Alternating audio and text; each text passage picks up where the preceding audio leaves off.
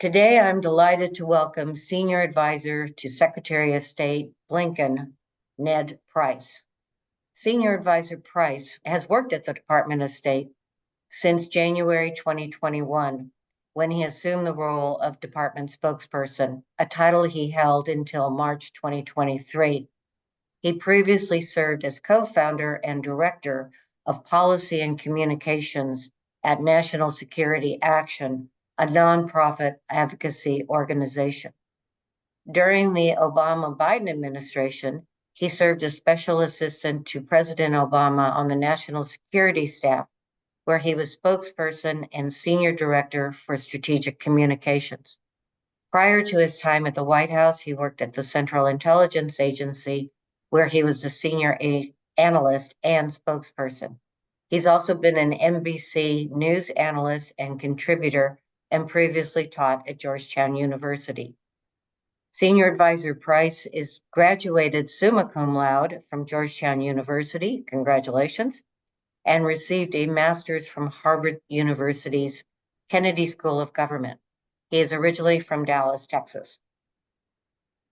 Ned, I'm going to take privilege of the chair and ask the first question. And looking back at your career, what initially attracted you to foreign affairs, and what steps, what processes led you to decide on this career? In other words, what is your origin story, please? Well, Ambassador, thank you again for having me. It's always a thrill to be back on the hilltop in any capacity, and I've been here in several capacities as a student, as an assistant professor, and as a speaker, and I always appreciate it. And what a perfect setting to be speaking about my origin story, because it was here. This was really the setting of at least a key chapter of that origin story. I mean, here specifically in terms of Georgetown University, but also here specifically in terms of the Institute for the Study of Diplomacy, where I was a junior fellow in 2004 and 2005. I'll back up slightly. I came to Georgetown, as I know many aspiring foreign policy professionals do, as basically a foreign policy nerd. I think that's a technical term. In high school, maybe even before that, I was the one who was president of Amnesty International and working with international organizations in Dallas, Texas, where I grew up. You could have found me, reading the international section of the New York Times during my free period in the high school library. Essentially one of those kids. So I came here. I was a freshman here. Came here in late August of 2001, and so just a couple weeks into my freshman year, of course, the tragedy of 9/11 struck. I came here thinking that I wanted to go into foreign policy, not really knowing what that meant. And I finished that year and really, went through that experience knowing that I wanted to go into foreign policy, but more so public service. By dint of getting to know classmates here, professors, internships, study abroad in Madrid, and then doing a fellowship here at the Institute for the Study of Diplomacy, really, found a path that I thought would be a rewarding one for me. And in fact, it was. Shortly after graduation, I started at the Central Intelligence Agency. As you said, I wanted to put my international politics degree to good use. And I thought that the CIA could offer a place to do that. And in fact, it did. And it really set me down a path that has been winding. It's been far from linear, but without knowing what I was getting myself into, it's been exactly what I would have hoped. And so every time I do get the opportunity to come back here to this site of the origin story, I always take advantage. That's a great story. And it's nice to have you back at ISD as well as back at Georgetown.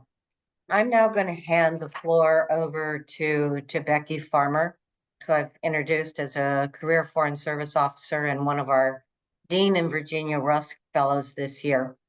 And the program and the floor is now yours, Becky. Thank you. And I'm going to stay online as a guest.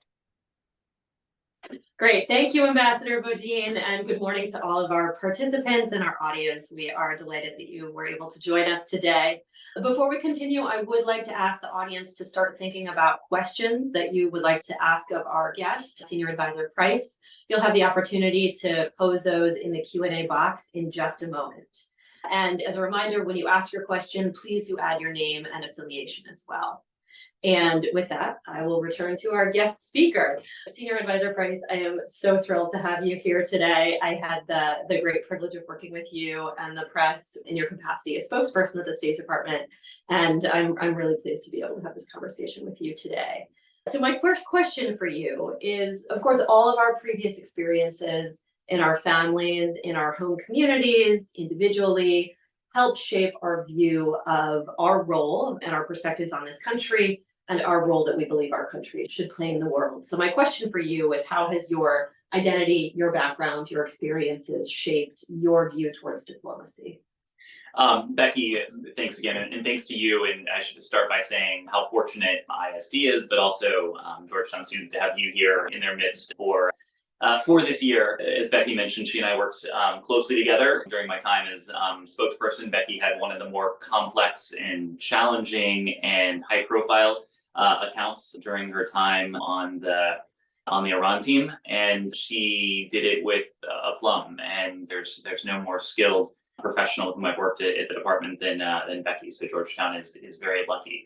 Look, as I mentioned before, I came to Georgetown as, a foreign policy enthusiast, and that had to come from somewhere. And so when I think back, I think to that prior origin story, sort of where it all started for me. And I think there are many elements that led me down that path. I was fortunate enough to be exposed to parts of the world as a very young child. My parents had the traveling bug in them and would take me along. I was in a way fortunate to have two significantly older siblings, and so I was essentially an only child, and so it was easy enough for them to bring me along on their travels. But far beyond sort of the beach vacations and travels to Europe that I know a lot of my friends were taking, everywhere we would go, my parents and especially my father would make sure that we saw, the more hidden parts of places. In parts of the world, we would go and see favelas. We would go and take part in protests. We would go and really try to experience the culture and the people more so than anything up close. And I think having those experiences at a very young age helped really inspire my interest in the world beyond the borders of the United States, certainly beyond the borders of Dallas, Texas, where I grew up. I grew up in a faith, but also a spiritual tradition that emphasized service, it emphasized empathy, it emphasized looking out for the other. And as I, grew up and came to Georgetown and thought about what I wanted to do, there's really no better way to live out those values than through public service. And there are many forms of doing so. You can do that at the municipal level, the local level, state, national. For me, I wanted to come to Georgetown because I thought being here in Washington, D.C., being here at this institution was a way to help fulfill that drive and that desire at the international level. And I was fortunate enough to find classmates who shared those values, who really shared that aspiration to put their skills to use at the international level, serving others. And I've been really gratified and fortunate to have found a career to be able to do that. Terrific, thank you. You've spent a lot of your career, as we discussed, working with the media, both here in the United States and internationally, of course. Could you tell the audience a bit more about how these experiences and your background more broadly has shaped your approach to interacting with the press, both, again, American press and foreign press? Sure. I mentioned before that my career path has been far from linear and it's taken a few twists and turns. As I mentioned, I started at the CIA shortly after college as an analyst. I thought my career would be spent on that analytic track or policy. And I did that for 8 or 9 years, primarily in the counterterrorism realm. And after one rotation, I thought that, I had worked in counterterrorism for a number of years and really wanted to try another challenge, take on an adventure, always thinking that I would go back into counterterrorism or certainly analysis. Didn't know exactly what that would look like or what that would be, but it just so happened that the spokesperson role at the CIA came open around that time. And my experience in public affairs and media relations was basically nil at that time. And so I was very skeptical of my own chances to get the job. I was honest in all of my interviews for the job when they asked me what my experience was in the realm. When they asked me specifically my experience working with reporters, and by the way, as a CIA analyst, it's sort of you're trained to stay far away, certainly not to talk to reporters, and certainly not about anything substantive. And so I made what I thought at the time was half of a joke, but there was an element of truth to it. I told them, look, I don't have any experience working with reporters, but I have a lot of experience dealing with hostile foreign intelligence services. And as an analyst, you know where that line is, what you can say, what you can disclose to a foreign intelligence service without crossing the line. And so I sort of made the comparison to its applicability in dealing with reporters, being able to engage with them, sharing unclassified information, knowing precisely where that line is. Perhaps they like the answer, but I landed in that job and really started a chapter of my career that was just a true thrill. Worked at the CIA for a year, moved to the White House to be a director on the National Security Council on the press team and the messaging team there, and then senior director and spokesperson after that, and then on to the State Department. I was fortunate enough to have a number of mentors who, unlike me, had been in the business for quite some time. They taught me some of the cardinal rules of engaging with reporters, really instilled in me the idea that your credibility is the coin of the realm. If you lose that credibility, if you do anything to cast it in doubt, it's very difficult, if not impossible, to regain.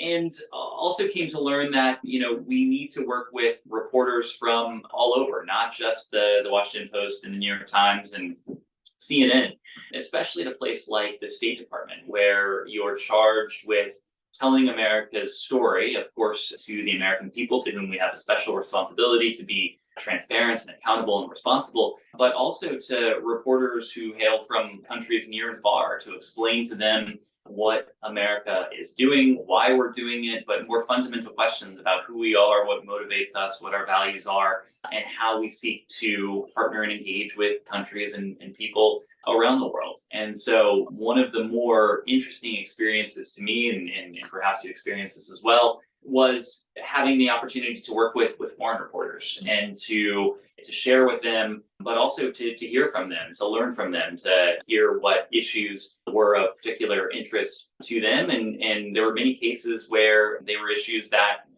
as in my job as spokesperson, I had a few other occasions to think about, but it really forced me to pay attention to get smart on issues, again, near and far, that were important to reporters, and to be able to engage with them and to be at least proficient, if not fluent, in those issues as well. So it's a real rush. You never know exactly what you're going to be asked. It's a challenge to think on your feet, but it's one of the more exciting roles that I've been able to have. And of course, in this capacity, you are tasked with understanding some of the most complex issues, some of the most complicated and nuanced US policies towards the entire world. And you are, of course, at times engaging with a foreign reporter from that country directly. How do you process so much information, and how do you ensure that you are prepared? What tools do you use to ensure that you're prepared to answer incredibly complex, nuanced, sophisticated, and frequently challenging, sometimes confrontational questions about such a diversity of topics? Well, the simple answer is an iPad. And Becky, you know better than anyone that when you're briefing at the State Department as a spokesperson, it used to be this giant briefing book that would weigh about 35 pounds. But now, more recently, within the past 5 or so years, it's been an iPad. But no, it's actually so much more than an iPad. And Becky knows this better than anyone. It's actually the team you have working with you, and that as spokesperson, you're fortunate enough to work with. Each bureau, whether regional or functional at the State Department, has a team that's charged with developing press guidance, working with reporters, and also working with the Office of the Spokesperson to prepare the spokesperson for taking on those challenging questions and for thinking on their feet. And so the day is structured such that a chunk of your morning, an hour, 90 minutes, if things are really chaotic, sometimes upwards of 2 hours, are spent speaking to the subject matter experts, people like Becky, who spend their time steeped in the issues, working with reporters. They know what's on their minds. They know the types of questions they're asking. and they will walk you through each and every issue that you possibly expected to come up during the State Department briefing. It's an interactive process. Ever since COVID, it's been done online, and so you can have an array of 15 or so experts on the screen at any one time. You can get a diversity of views from within a particular office and also from across offices. And in addition to the written words that are on the iPad, you really come away from that experience with a much better understanding of the policy, of what we're doing, but also importantly, why we're doing it. And in that role, I found that it's one thing to be able to read the words on the page, but you are much more effective at your job. And there are many people at the department who are like this when you're not so much reading, but you're explaining by dint of that focus group and that information that the team members have provided you. And you can answer any question because you know what we're doing, you know why we're doing it, and you believe in that particular approach. It's a process that really steeps you in topics around the globe. And in looking back at that experience, one of the most rewarding elements that I came away with was certainly not a fluency in every issue, but at least a proficiency. Because when you walk into the press room and you know that you can be asked about any given issue, you have to know a little bit of something about just about everything. And in my career, I've been in roles where, as an analyst, for example, you're 5 miles deep, but maybe a half an inch wide in terms of your knowledge. You know just about everything about a particular group or a particular region or a particular issue. In a job like my last department, you learn a lot about a lot, and you certainly aren't in a position to know everything down to the most minute detail, but with the help of great team members, with the ability to absorb material from meetings, discussions with the secretary, the senior team, discussions across the building, you ultimately are equipped to take those questions, however challenging they are. I'd like to switch gears a little bit and return to the topic of mentorship. You mentioned earlier some of the important mentors that you've had in your professional career. And of course, there are many that complain about the relative dearth of mentors of certain identities, particularly in the foreign affairs community, with whom folks share a common affiliation or sort of identify as the same community. And I should add that I have seen many, I mean, truly countless government employees of the State Department, at the White House, students here at Georgetown, who look to you as a mentor. So my question for you is, did you have any role models who you found shared a similar background as yours?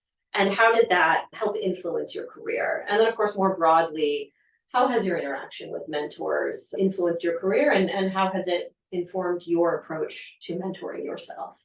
It's a really great question because it's such an important one. And speaking from my personal experience, I don't think I would have been able to been successful or really even last in government were it not for the influence and the role of mentors in my career. The first day I started at the CIA was actually probably the 5th day, because the first 4 days you're in sort of day-long orientation classes. But that first day where I had some time to myself, I was fortunate enough to have known someone from my high school who was at CIA at the time. We had coffee that morning and he shared a couple pieces of advice, but none was more important than really emphasizing the need to identify mentors and to find people who knew the ropes of the institution, who knew the personalities, who knew the work. And I really made a point to really cultivate, and that's the right word, because even when you're a mentee, you're cultivating mentors. But to cultivate mentors in all of those categories, people who had been at the time at the CIA for quite some time, people who were on my team or around my team who knew the interpersonal dynamics, and then people who knew the ins and outs of the issues I was working at the time. And it's really going beyond just identifying one mentor and thinking that person will be the magic bullet. It's really cultivating a team that you can turn to for any number of challenges. And I absolutely did. When you're fresh out of college in my case, and you enter into a massive bureaucracy, whether it's the CIA or the State Department, anywhere else in the federal government or the private sector, you need those people to help you navigate the halls, sometimes literally to navigate the halls, to find the cafeteria, to find where your next meeting is, but more importantly, to help navigate a career path. And people you can turn to when an opportunity comes up, or when you're asked to do something, or when you just don't know what to do. If you're tasked to write a memo and you don't know where to begin, or if you're briefing a particularly difficult senior official and you just want some help. I did all of that. I also started at the agency when I was 22. I wasn't out at the time. In fact, one of the first people I came out to, and I don't say this in jest, but was actually my polygrapher. Funny enough, for those of you who know a thing or two about the government hiring process and the intelligence community hiring process specifically, there's a long tail associated with it. One of those elements is a polygraph, a lie detector test. They ask you a range of questions about the things you might expect. But for me, the most difficult question was the final one. And it was, is there anything you haven't told us that you think might be relevant?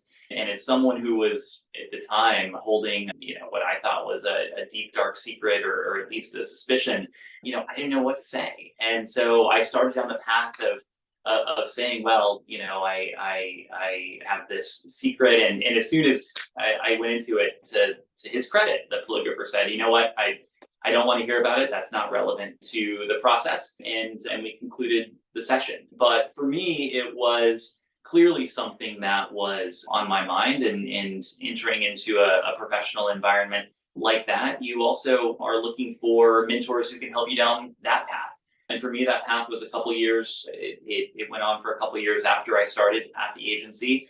And to your question about mentors, Becky, one of the things that really influenced me and let me know that it was okay to be my authentic self in the workplace were the one thing that unites everyone, certainly in the CIA, but in the broader bureaucracy to some extent. And it's the question of your lanyard. And everyone at a place like the CIA or the State Department wears a badge. If not, you'll be quickly asked by a security guard what you're doing there. But you have a lanyard. In some cases, they're just plain. In some cases, they have an office identifier. But I remember distinctly at that time seeing a number of lanyards on senior CIA officials for ANGLE, the agency's LGBTQI+ affinity group. And in some cases, I knew the individuals wearing them were members of the community, but in some cases I knew they weren't. And they were just allies. And they wanted to send a very clear signal that they were, in fact, allies. And you have to remember, this wasn't 2023 or 2022. This was 2005, 2006. And so this was, about a decade after the executive order was rescinded that prohibited members of the LGBTQI+ community from holding security clearances and from effectively working in the national security space. And going into that job, I didn't know what I would find. I didn't know if it would ever be okay to be my full authentic self in the workplace. But one of the things that I think helped me along on that process, in addition to friends and family and mentors, was that subtle signal that so many allies, and especially allies at the agency, were wearing at the time. And for me, it was a signal that, I'll never forget.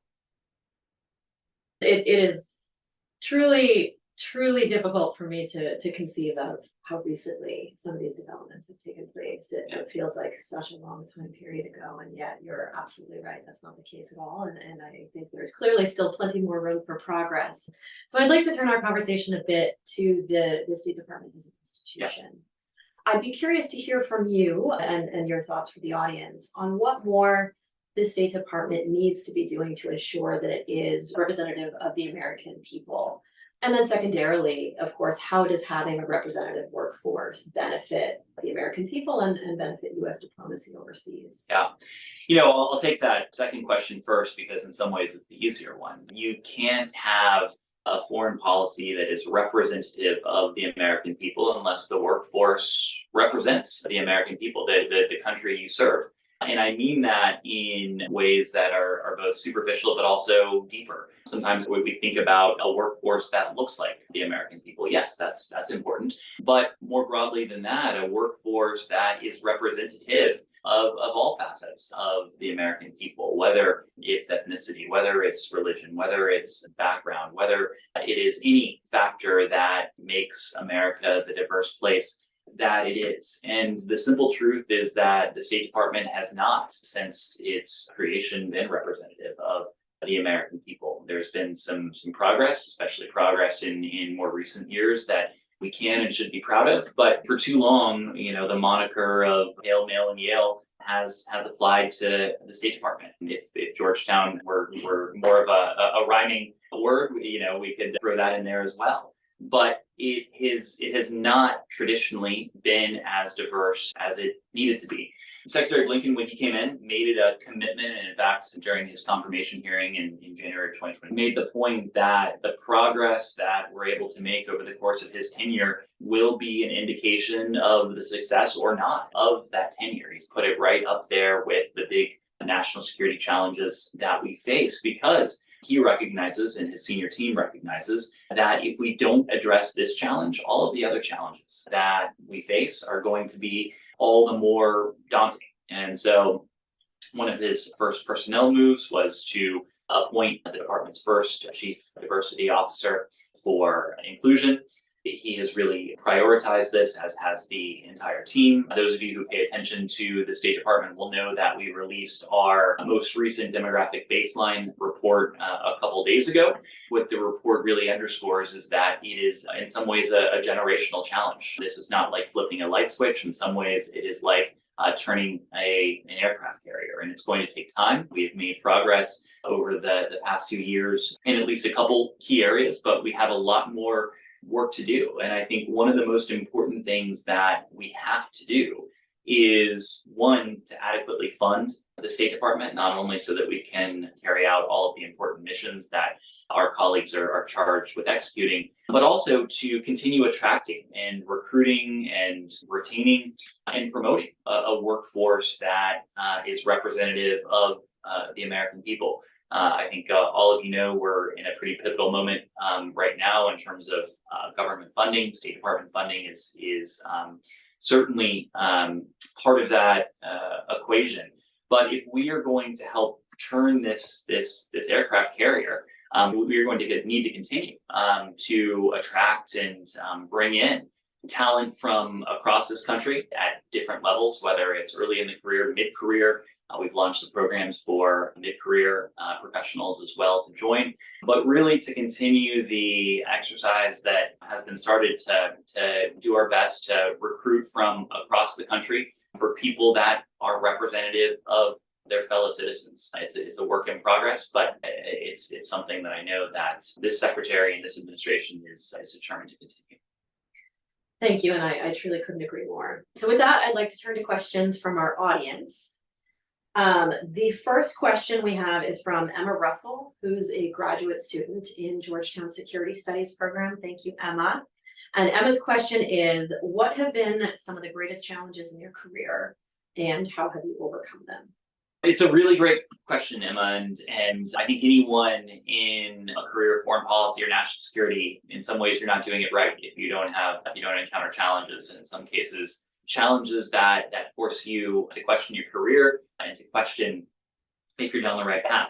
I have faced a number of those challenges. Sometimes they've been substantive, with just a really difficult, thorny issue that we've been working on in the national security space or the foreign policy space. In some cases, within all offices, they've been questions of interpersonal dynamics. But, I think this goes back to one of the points we were discussing before, and it's the importance of mentors, and it's fostering a community around you of people you can look up to, of people who have more experience, but also, especially as you yourself develop more experience, to really foster a community and a group of colleagues, and in some cases colleagues who turn into friends, people you can turn to for advice. Whenever I've found myself in a really difficult situation, when I'm confronted with one opportunity here and one opportunity over here. When I'm confronted with a thorny question of substance, I do often turn to those people. I think it's also important to be able to set aside ego, and whether it's to mentors or bosses or peers, to be able to turn to people for help and to say, I don't know the answer to this, or I'm facing a choice and I just don't know. What do you think? Again, this is an environment in which you're often going to be confronted with really difficult choices on the issues, on a particular path, on questions having to do with colleagues. And if you're trying to answer all of them by yourself, you're really doing not only yourself a disservice, but also the people around you a disservice. And so, again, it's just a really indispensable tool that I found throughout my time.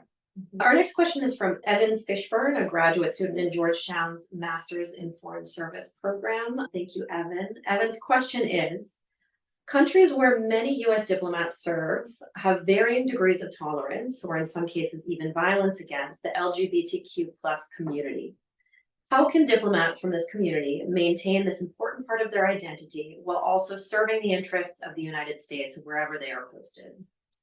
Yeah, Evan, it's a really good question, and it's one that we've grappled with as well as part of our efforts over the past several years. We've sought to address at least one key component of this, and that is ensuring that our diplomats who are in same-sex relationships are able to travel to post with their partners. It may sound simple, and in many countries around the world, it is simple. There's no issue whatsoever, but as your question alluded to, there are many countries where it's far from simple.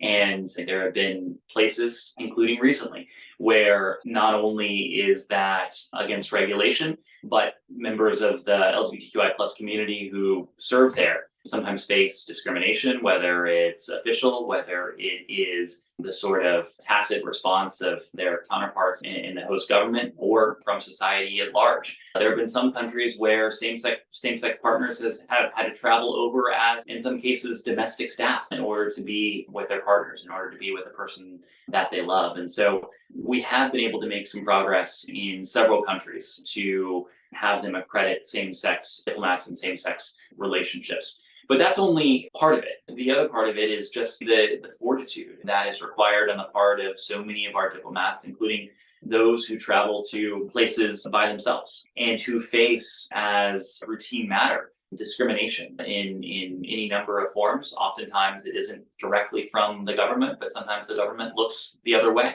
And so as a department, we have sought to work with embassies to make sure that we are standing up for our colleagues who are facing that discrimination, that we're providing them with the resources that they need, that we're providing them with the options that they need if they don't feel comfortable going to a particular country because of the environment in which they would have to live.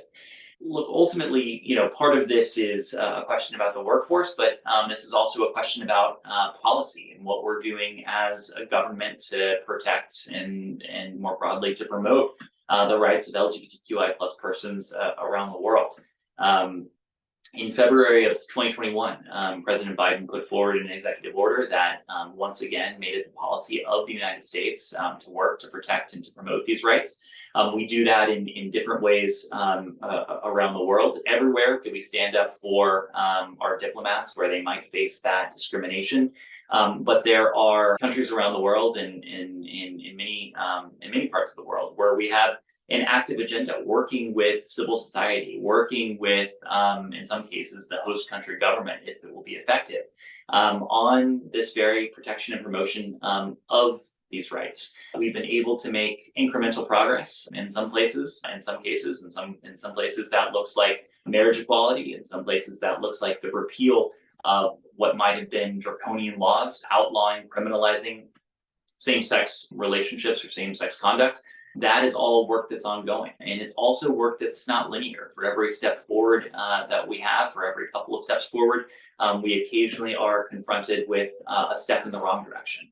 Places like Uganda, we've seen that once again, unfortunately. So we have a number of tools, both incentives, but also tools to hold accountable those countries that aren't protecting the fundamental rights of all of their citizens. That isn't exactly the same thing as standing up for our diplomats, but it is part and parcel of working to create a world in which the human and fundamental rights of all individuals are respected. And we know that members of the LGBTQI plus community, like other minorities, in many cases are the canaries in the coal mine. When you see discrimination against one particular group, including this community, oftentimes it's more widespread and more profound discrimination follows. So we're working very hard at all of these aspects. It is not easy. We've made some progress. We've had some setbacks, but we won't be deterred in trying to make that progress where we can.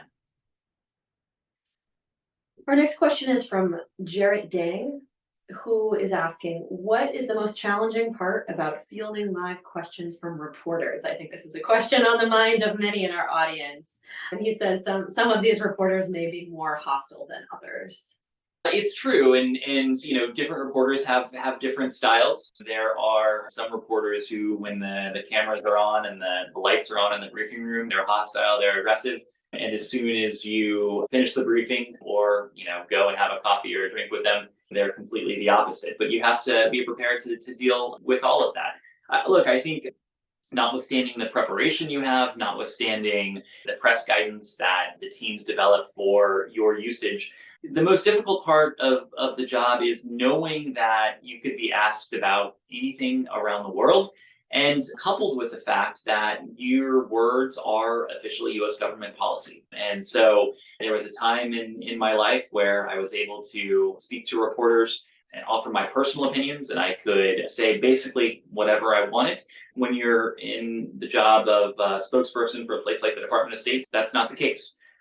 I was fortunate and have been fortunate to do that job for and with an administration where my views very closely align with those of the administration in office, but you're always cognizant of the fact that your words are policy. And so it's not like you can freelance if you aren't entirely sure of the answer. There have been times where I found myself out on what may have been a limb or in some cases a branch, but I was always fortunate when I was in that role to have a secretary and have a leadership team that made it very clear from day one that they would stand behind me, stand behind everyone who was speaking publicly on behalf of the administration.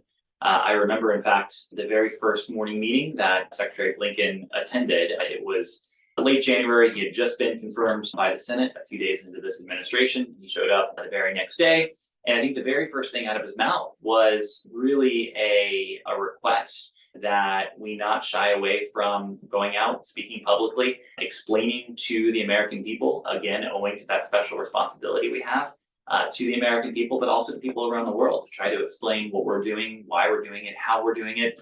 And he added something else that stuck with me. Made the point that whenever you're leaning forward, whenever you're on your toes and out there trying to make that case, sometimes you lean too far forward and end up falling flat on your face. And there were definitely a couple times where I felt like I had done that. But in each and every one of those times, I found myself with the backing of the secretary, with the backing of the senior team. And ultimately, when you're going out there and taking tough questions and knowing that there is no possible way that you can be prepared for every curveball or every particular issue, that's the ultimate shield, is knowing that you have a team behind you, knowing that you have people who will have your back. And I think were it not for that, it would make a very difficult job even more difficult, if not impossible. Great. We are unfortunately running very low on time. I have very much enjoyed the opportunity to have this conversation with you. I'm going to ask you one final question, Sure. which is clearly on the mind of many of those in our audience today. And then I'll hand it over to you for any final thoughts that you'd like to share. So our final question for you is, for those who are interested in careers in foreign affairs, Yes. what advice do you have? Simple answer is do it, is pursue it. And obviously a lot more goes into it than that. But for all of you who are tuning in, I have to imagine that you have at least some inkling of interest in international affairs and in foreign policy. And I can tell you firsthand, there is no more rewarding path than that of public service, and for me at least, than that of foreign policy. It can be a really daunting field to get into. For all of you who are here at Georgetown, though, you have built-in advantages. You have the Institute for the Study of Diplomacy. You have people like Becky. You have people like Ambassador Bodine, people who have worked or currently work in these institutions and who can help you and offer some tips about how best to position yourself. as Becky mentioned, I always want to carve out time for people who are aspiring to get into the field. And so I encourage people to reach out to me directly as well. Becky has all of my contact info, as do others at Georgetown. So please don't hesitate to reach out, but really do it. And, have your questions answered. Talk to those who have experience in the field. Make sure it's right for you. I will say it's not right for everyone. There are ways to engage in public service and to serve your community, to serve your country that aren't specifically with the federal government, aren't specifically in foreign policy. But after those conversations, after that thinking, if you were still inclined to do it, again, speaking personally, I found no more rewarding experience. And I hope many of you are able to join in that adventure. I really appreciate that. And I'll just say in closing, again, I always appreciate the opportunity to come back to the hilltop, to be back with the community here. It's been a place that has nurtured me, has prepared me, I think, to take on the opportunities that I've been able to seize and to be a part of. And so again, I encourage everyone who may be interested to do that, to study hard, to take advantage of the opportunities that Georgetown, the broader community, Washington, D.C., wherever it is that you live, has to offer, and to really pursue that path. And it's a gratifying one, it's a rewarding one, it's a challenging one, but again, it's one that, for me at least, I found no better, no more rewarding. Thank you. Thank you for taking the time to be with us today. Thank you for sharing your insights. With that, I will hand the mic back over to Ambassador Bodine. Hi, that was terrific. Thank you. If I hadn't already had a career in foreign policy, I would be signing up right now to get back in. And there were many great truths and a lot of good candid advice in your talk. And I want to thank you for that. I think particularly the importance of building a community around yourself, of mentors and those that you work with, and not trying to think that you have to do it all by yourself. In fact, that it's often very dangerous. And so I very much appreciated that theme that ran through many of your comments, and certainly want to underscore your endorsement of a career in foreign affairs, foreign policy, foreign service, public service as a wonderful way to spend your life. So thank you so much for joining us and coming home for at least an hour